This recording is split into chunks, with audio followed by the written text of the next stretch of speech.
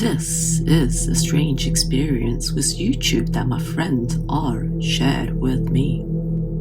At the time, Mr. R was into occult YouTube channels. As you all know, YouTube, when you watch something, more and more related videos and videos with similar trends appear in the recommendations. The video I'm about to talk about also caught Mr. R's eye by chance when it was displayed as a recommendation. The thumbnail of that video was rather plainly made, he said. I vaguely remember the title, but it was something like a compilation of scary stories from the sea, or something like that. Mr. R clicked on the video to try it out and saw a man against a white wall. He is probably in his late 20s. He has dark hair, glasses, a thin figure, and a very normal, plain appearance. The man is reciting a scary story in a blur while looking at a piece of paper that looks like a cheat sheet in his hands. However, the video is hard to hear what he speaks and his voice is not very good. The video was not well edited and sound effects and subtitles were barely added to an almost uncut recording. Oh, it's not very high quality. It's boring, Mr. R thought. Normally, he would stop watching immediately, but suddenly Mr. R became concerned about the strangely high number of views of that video. Despite such scant quality, the video was viewed about 20,000 times. Moreover, the video has almost 150 comments. What the hell? Is this actually going to turn out to be insanely funny after this? Or is this a flaming case? Being intrigued, Mr. R continued to play the video. However, even though Mr. R watched almost the end of the 30-minute video, the video was honestly not interesting at all. What a waste of time. And why are there so many views? That was when Mr. R thought so. Suddenly, the man in the video said in a strangely clear tone, "Well, it's time for this week's damnation." As Mr. R wondered, the man picked up another piece of paper different from the one he had been holding earlier and began to read out one name after another that seemed to be written on it. Mr. Misato, Yokota, Fukuoka Prefecture. Mr. Shinobu Okano, Kyoto. Yayoi Fujimi, Kanagawa. Mr. Shoji Ito, Aichi. In this manner, the man in the video read out the names of places and people one after another. This went on for more than 5 minutes. What is this? Mr. R was giving a blank look when suddenly he heard a name he knew. Yoshihiko Nakagawa, Tokyo. It was the name of Mr. R's boss, who took his own life last year after taking a leave of absence due to depression. It may have been a coincidence, but Mr. R was taken aback by the unexpected name. As he did so, the man in the video abruptly ended the reading of his name. Finally, the man looked up from his paper, looking straight at us, and said, "These are the people who will die by damnation this week. See you again in the next video." Mr. R couldn't help but look at the date the video was posted. Last year, September. It was just around the same time that he heard the news of the death of Mr. R's boss. Mr. R got creeped out. Then he got curious and looked at the comments of the video. Mr. R regretted seeing it. Misato Yokota died. Well, thank you very much. It was a car accident. Nishikawa Yoko died in fire. Thank you very much. Please do it again. Sawano Yuji died. Thank you very much. Drowning. Yoshinaka Shota died. Thank you very much. He died from a fall. Next time, please. The comment section of the video was filled with comments along these lines. Yoshihiko Nakagawa died. Thank you very much. It was a suicide by jumping. Mr. R impulsively turned off YouTube. I was told that Mr. R's boss had died by jumping. After a while, Mr. R tried to watch the video again from his viewing history, but it had already been deleted. What was that video? What is damnation? If you also see a video like this, please be very careful and watch out for your own name.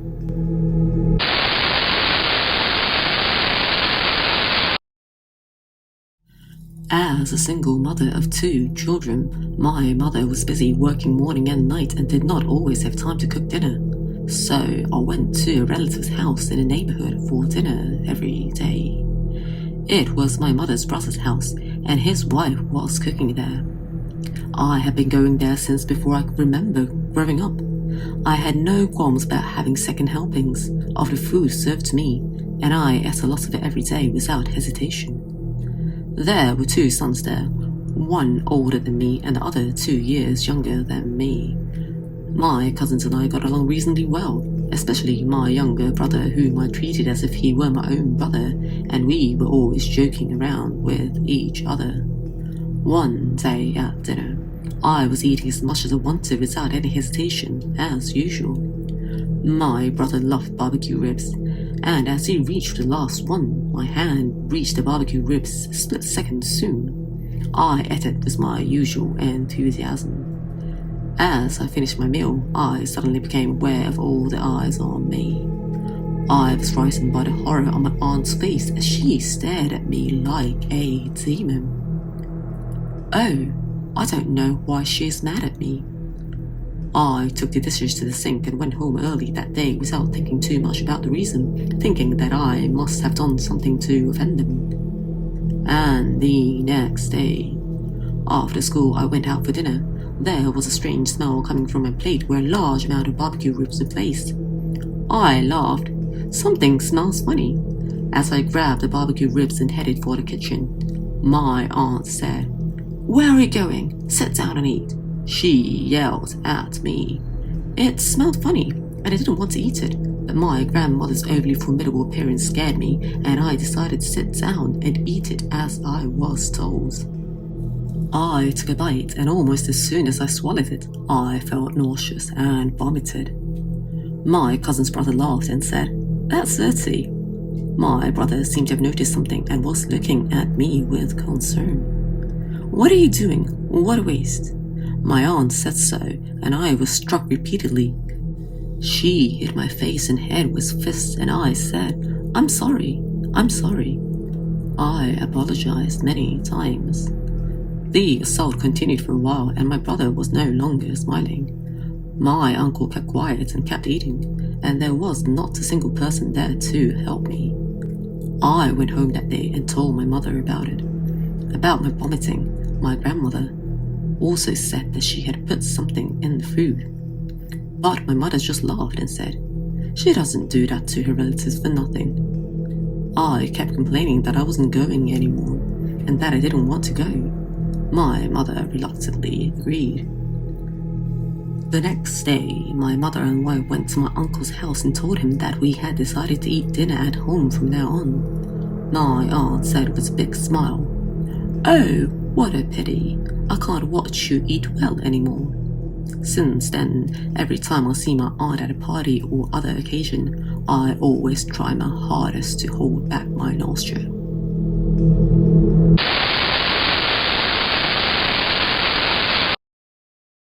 One day, I killed my sister, who just wouldn't stop crying. To shut her up and dumped the body in a well. When I went to see her body the next day, it was gone.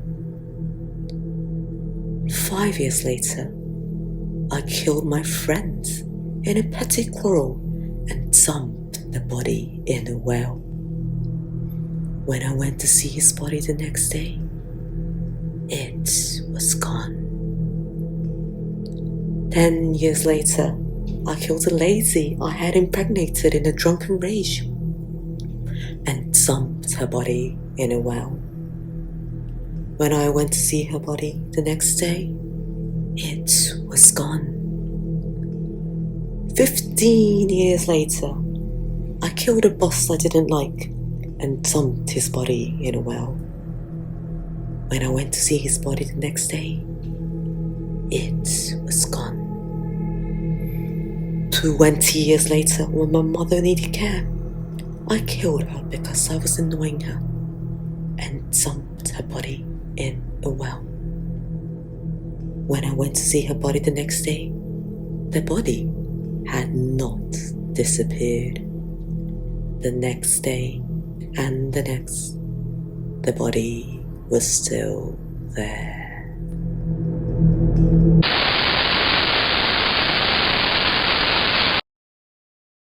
A long time ago, I actually experienced this terrible story.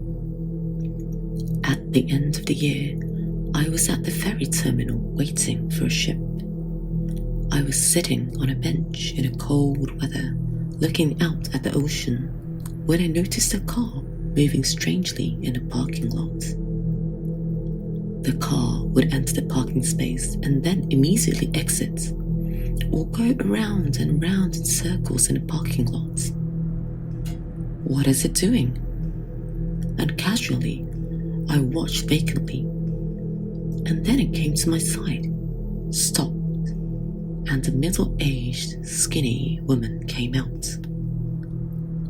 A girl in early elementary school who appeared to be the middle-aged woman's daughter, and a slightly older girl came out to be bought juice by the middle-aged woman.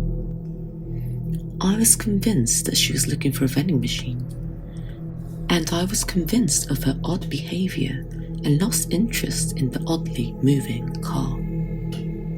A short time later, a police car pulled into the parking lot. The police car pulled up alongside the ferry building and parked, and from inside an older police officer and a younger police officer in his early 20s got out.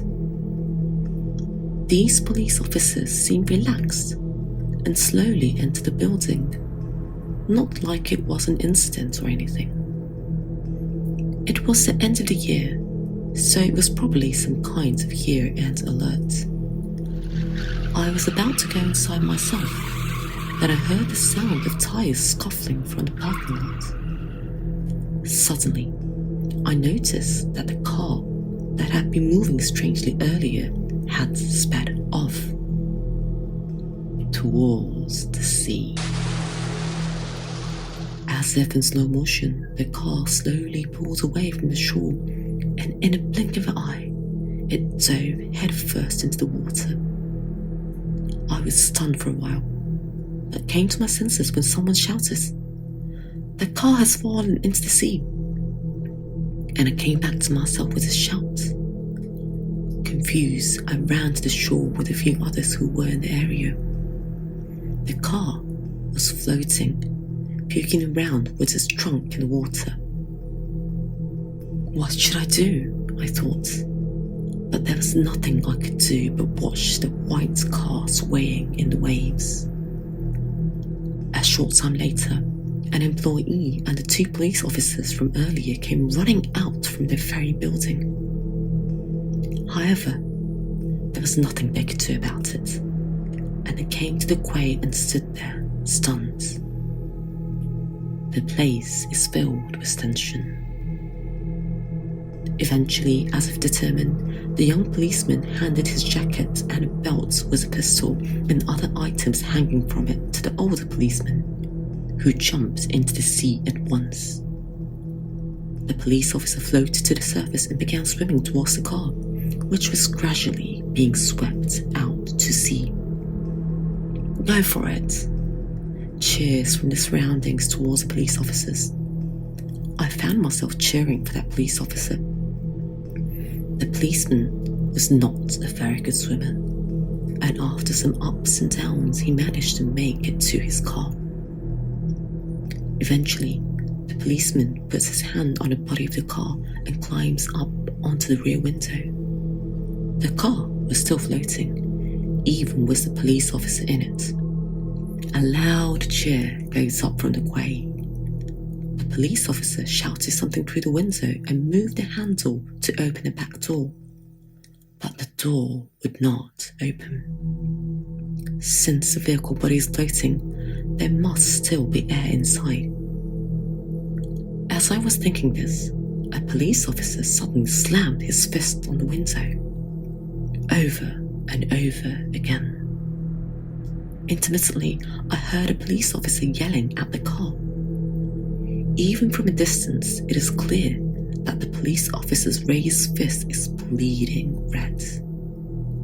Still, the police officer slams his fist down, but the window is hard to break.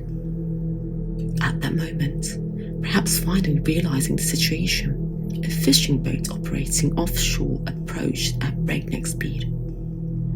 The fishing boat came very close to the car. I thought this would save that car and the police. Just when everyone thought so, a fishing boat crashes into a car, perhaps in a panic. A police officer is thrown into the sea. Moreover, perhaps because of the loss of balance, the car began to sink rapidly. In no time at all, the car disappeared among the waves in front of the many people watching from the quay.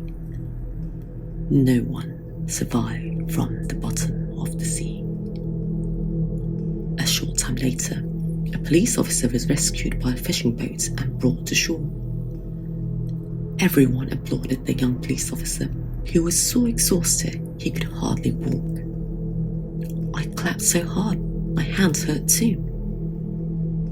People said he couldn't help, but he tried hard enough.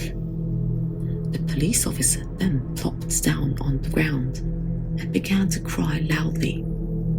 Then he said, the mother just wouldn't let go of the child, even though the child was crying and reaching for her hand.